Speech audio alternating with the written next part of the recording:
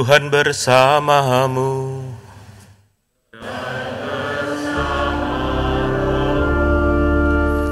Inilah Injil Yesus Kristus menurut Matius.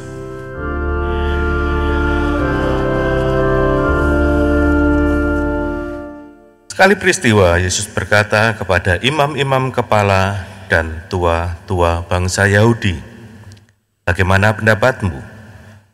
Ada orang mempunyai 2 anak laki-laki. Ia pergi kepada anak yang sulung dan berkata, 'Anakku, pergi dan bekerjalah dalam kebun anggur hari ini.' Jawab anak itu, 'Baik, Bapa.' Tetapi ia tidak pergi. Lalu orang itu pergi kepada anak kedua dan berkata demikian juga. Anak itu menjawab, 'Aku tidak mau.' Tetapi kemudian ia menyesal dan pergi. Siapakah di antara kedua orang itu yang melakukan kehendak ayahnya? Jawab mereka, 'Yang terakhir.'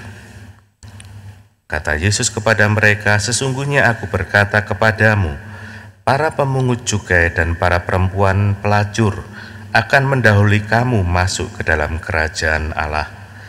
Sebab Yohanes datang untuk menunjukkan jalan kebenaran kepadamu dan kamu tidak percaya kepadanya. Tetapi para pemungut cukai dan para perempuan pelacur percaya kepadanya. Meskipun kamu melihatnya, tetapi kemudian kamu tetap tidak menyesal dan kamu tidak juga percaya kepadanya." Demikianlah Injil Tuhan.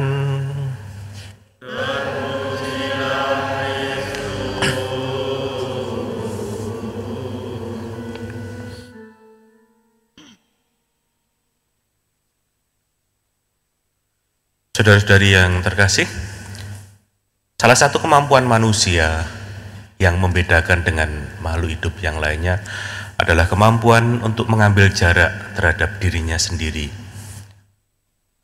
Dan dengan mengambil jarak ini, orang bisa menilai, mengevaluasi, berefleksi atas semua yang dia perbuat. Itu hanya mungkin karena ada jarak, sehingga dia bisa menilai dirinya yang lain. Itu. Dan proses menilai, proses mengevaluasi dan sebagainya itu ada banyak istilah lah. Menyesal, bertobat dan sebagainya. Tapi intinya adalah kemampuan manusia untuk mengevaluasi, merefleksikan, memperbaiki diri dan sebagainya. Itu yang dimiliki, yang membedakan dengan makhluk hidup yang lainnya. Memang kemampuan untuk mengevaluasi tergantung juga banyak hal. Suara hati, kemudian banyak hal lah, keteguhan dan sebagainya. Kenapa saya ngomong ini? Karena hari ini sebetulnya kita diajak juga untuk melihat itu lewat perumpamaan yang kita dengar dalam bacaan Injil hari ini. Ada 2 orang yang menjadi anak dari seseorang. Dikatakan anak ini, orang ini adalah pemilik kebun anggur. Kalau kita bandingkan dengan Injil minggu lalu, minggu lalu itu kan sama. Ini orang ini juga pemilik kebun anggur. Pekerjaannya ditawarkan kepada banyak orang lain, para pekerja.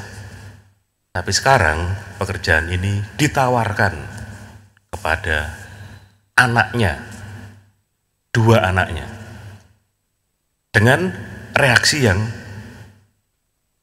berbeda, ya, dengan reaksi yang berbeda. Maka kebaikan Tuhan sekali lagi diwartakan lewat perayaan Ekaristi juga hari ini. Kita diajak untuk kembali lagi mengalami itu. Dan kebaikan ini sekali lagi tawaran. Yang namanya tawaran itu bisa ditolak, bisa diterima. Itu yang juga kita dengar. Ada yang bereaksi menolak, ada yang bereaksi ya menerima tapi tidak sanggup atau tidak melaksanakan dan sebagainya. Itu bisa kita tafsirkan bermacam-macam.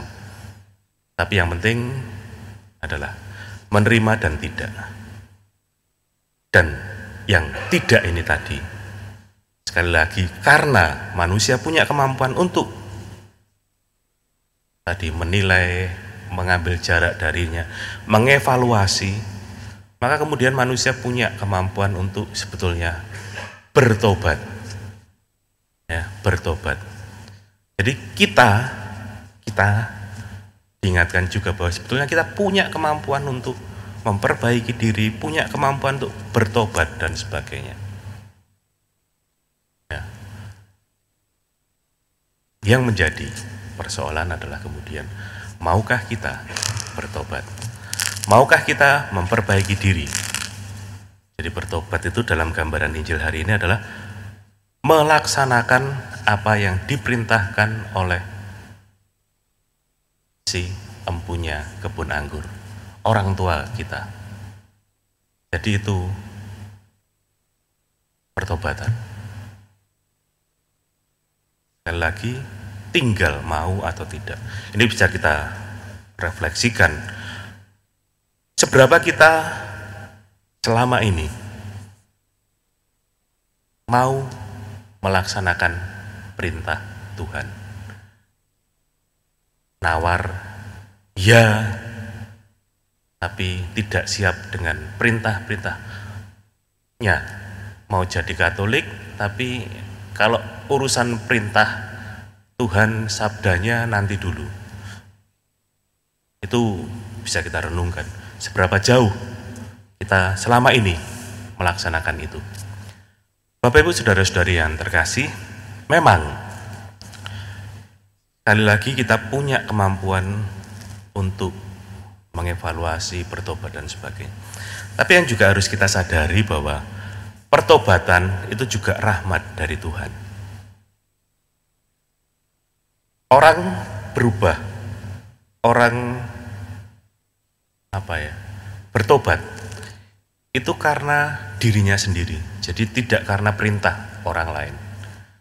Jadi Anda kalau memerintahkan orang untuk bertobat itu sulit. Kalau orang itu sendiri tidak punya keinginan untuk bertobat, itu juga harus kita sadari. Jadi untuk orang-orang yang demikian, kita atau juga untuk diri kita yang kesulitan untuk bertobat, kita butuh rahmat dari Tuhan. Kita butuh juga yang namanya rahmat itu selalu dimohon. Jadi kita memohon kepada Tuhan. Maka saya melihat bahwa yang membuat, yang menyusun doa tobat itu orang yang luar biasa, orang yang sangat-sangat reflektif. Karena apa? Pada bagian akhir dari doa tobat itu kan dikatakan, dan berjanji dengan pertolongan rahmatmu hendak memperbaiki hidupku dan tidak akan berbuat dosa lagi. Betapa ada kesadaran bahwa kemampuan untuk memperbaiki diri, bertobat, tidak berbuat dosa, itu karena rahmat yang Tuhan berikan kepada manusia. Ya, dan berjanji dengan pertolongan rahmatmu hendak memperbaiki diri dan tidak berbuat dosa lagi. Itu. Rahmat Tuhan itulah yang harusnya juga kita mohon dalam doa-doa kita, supaya kita selalu bisa mengupayakan pertobatan diri lewat rahmat dan bantuan yang Tuhan berikan kepada kita. Kalau hanya mengandalkan kekuatan kita semata, bisa saja kita gagal. Maka kesadaran akan campur tangan dari Tuhan, kerahimannya, belas kasihnya, tawaran yang kemurah hatian, kebaikannya itu harus juga kita mohon, supaya Dia selalu menawarkan itu kepada kita dan bisa kita tanggapi dengan penuh kesungguhan hati. Kemuliaan pada Bapa dan Putra dan Roh Kudus.